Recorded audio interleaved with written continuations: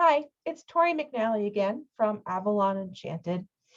Thank you for joining me. This is my third video of my video series about historical temples and tombs of Egypt and Jordan, as I will be actually traveling to Egypt and to Jordan in January. So I'm really excited to bring you this video series because last year when I went, I shared my journey through video, through pictures, and also sometimes even through live feed, which really was amazing. And I am going to be doing that again. However, this time I thought what I might do is provide a little bit of background information on the different temples and tombs that we're going to be seeing. So I thought might be a nice idea to kind of do a little bit of the historical digging, no pun intended, to help people out and get an idea of what we're going to be looking at and what we're going to be actually standing in front of and why it's important. So I hope you'll join me on this temple tour of Karnak Temple. So Karnak, again, if you missed, I already did the temple, Luxor Temple. And I also did a recording on the Avenue of the Sphinxes.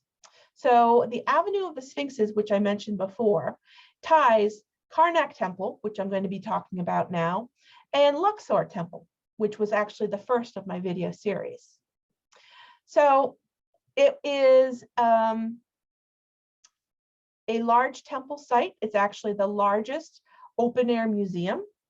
People deem it as the largest open-air museum, and was one of the ancient temples that was located in the city of Thebes, which is now Luxor today.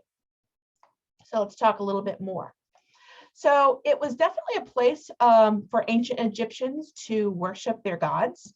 Karnak is an Arabic word that means fortified village, and the ancient Egyptians felt that Karnak was a sacred place, which it definitely is. It is a humongous place, and it has lots of different little temples and chapels and open air statuary that's sprinkled throughout this entire complex. So the Temple of Karnak was believed to be the spot where creation began, which is kind of interesting because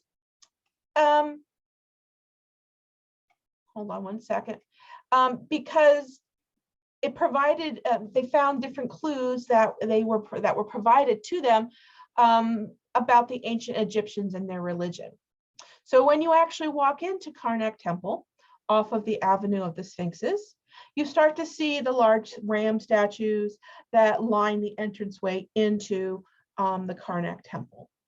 And there in the very center of the Karnak Temple is this large open area with a large square rock, I guess is the best way to describe it, that's made of quartz. Quartz has a lot of energy in it. It is almost, well, we use quartz in a lot of things, in batteries. So kind of acts as a battery. And it helps to provide energy, I feel, for the rest of the temple. So let's talk a little bit more. We talked about how this was a place that was a sacred place of worship. There were no libraries in ancient Thebes, so history was recorded on the walls of Karnak. And the pharaohs had successful events inscribed on their walls. So instead of breaking out the journal or breaking out the history book, they actually did the information up on the walls for everybody to be able to see and for everyone to be able to know how great and wonderful that particular pharaoh's reign was. So let's talk a little bit more.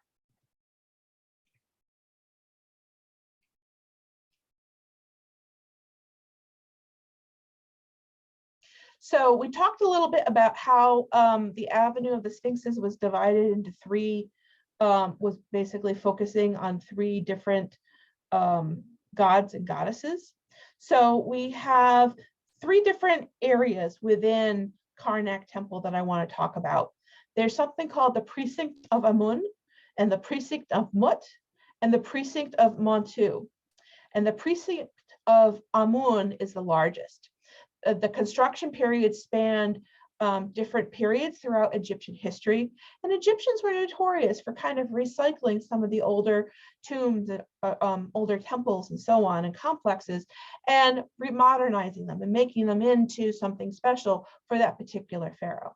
So we have what was known as the Old Kingdom, the New Kingdom, the Middle Kingdom, and each of them made very dramatic contributions to the Temple of Karnak. So in the Old Kingdom, no buildings were constructed. That's really about between 2613 to 2181 BCE. So no buildings were constructed during that period, but it appears that around 2000 BCE, planning for the site was in the works. And during that period, Atum, the creator god, was the most important god to the Egyptians. And Karnak was later built upon the site where the ancient Egyptians believed Atum embarked on creation. So we have a lot of stories that focus on creation, and also, what's the word I'm looking for? Sorry, drawing a blank here. Reincarnation, and things of that nature. So Middle Kingdom was actually 2040 to 1782 BCE. And that's when the official construction actually started. So interestingly enough, it's believed that the pharaoh Sensuret began the construction of the temple around 2000. So he was actually rule of law. He was very much in favor of stability. And this really allowed him to instigate a building period, which was kind of important. He built the Temple of Amun. He also, the names of the rulers of this time period are listed there in that temple. So they were very good at documenting and notating a lot of different things on the walls of the temple. It's just one of those things where you have to be really know what you're looking at and be able to decipher it, especially with how things may have changed over the years, or even how some of the carvings may have been worn away. But talking about the Middle Kingdom,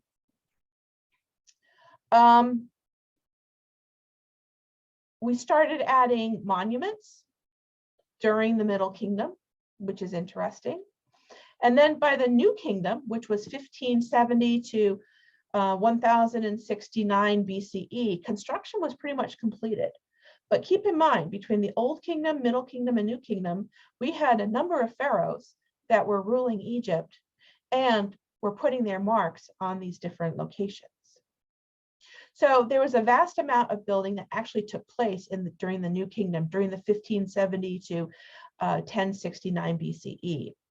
And around 1550, Egyptians focused on worshiping their sun god Amun, and Karnak was developed into the religious center. So throughout the years, though, pharaohs added, like I said, their own statues, their own structures. They made it basically their own mark on the actual temple and the temple site. And Pharaoh Amenhotep III, remember I had mentioned him earlier, who we now believe is Serapis Bey, the Ascended Master, oversaw the building of other temples that were built and dedicated to the Egyptian gods. So we have the Ptolemaic dynasty, which was in power from 323 to 30 BCE. And during that time, there were underground burial chambers that were created for Osiris. Later on in the 4th century, Constantine, remember we had talked about how the Romans also played an important role in some of the construction. Constantine became the emperor of the Roman Empire. And in 313, he issued the Edict of Milan, which provided freedom to worship Christianity and other religions. And Christianity in Egypt began using the Temple of Karnak as their church. So it's interesting that we have different layers of not only information that the pharaohs wanted to leave their mark on, but also we have different layers of what was believed. what was practiced, what was perceived. So some of the features of the temple, like I said, it is a very large temple complex, and there are numerous, they call them precincts or areas, which are definitely interesting to look at. There are a lot of, so they're in the Karnak temple complex. On the very back end of the complex is a small chapel that not many people are really aware of. However, if you know what you're looking for, then you know it's there. When we were there last year, it's actually a small chapel that had 3 rooms in it, and it was a chapel to Ptah, like I said, Sekhmet, the goddess of war and also healing. It's interesting how you have those 2 juxtapositions. Ptah was her consort, her husband. And so in this temple, or I should say in this chapel, to Ptah, in the middle room, would have been a statue of Ptah. The room to the left-hand side, if you're looking at the actual chapel structure, was an open room that was dedicated to their son, their child. And then on the right is this large black stone statue of Sekhmet, which is very imposing. And the energetics in that particular chapel are very real. So when you go in there, it's very dark. There's just a small, maybe 12-inch by 12-inch square hole in the very center of Sekhmet's chapel area.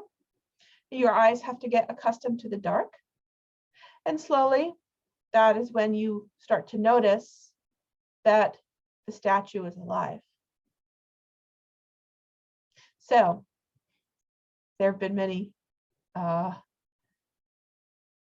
interesting miracles that have happened within that temple complex, especially within that chapel complex. You definitely feel her energy, and you definitely sense the importance of her, because she was someone that was looked upon. She was the daughter of Ra, the sun god. And ultimately, when Ra ran into individuals that he did not agree with or that were giving him trouble, he had his daughter Sekhmet step in and take care of things. Remember, she is considered the goddess of 1,000 names, the mighty one, the fierce one. But she is also a goddess of healing and can sometimes even be a goddess of compassion. So again, we have to have the balance. So that's just a little bit of information that I wanted to share about the Karnak temple. There is, like I said, there's so much on that particular site. It's really overwhelming when you walk in there, because you kind of don't know what direction to go in. But we're going to actually be going with a guide who will be certainly explaining a lot of different things, a lot of the different doorways, the doorways to heaven, the 7 doorways, which are thought to be portals. Many of the different temples and tombs have some of these different types of portal entryways to the other world, where the god and goddess, the pharaoh and queen, could enter in and out from reality. So we'll talk about more of those later on. Anyhow, I hope you have a great evening checking this out, or whenever you happen to be watching this video. Thank you. And if you have any questions, please email me. You can reach me at Tori, T-O-R-I, at AvalonEnchanted.com. And just remember to please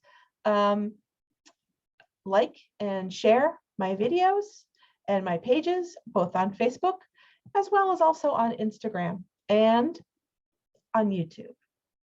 So take care. I hope you'll be joining me for the trip, and have a pleasant day. Bye-bye.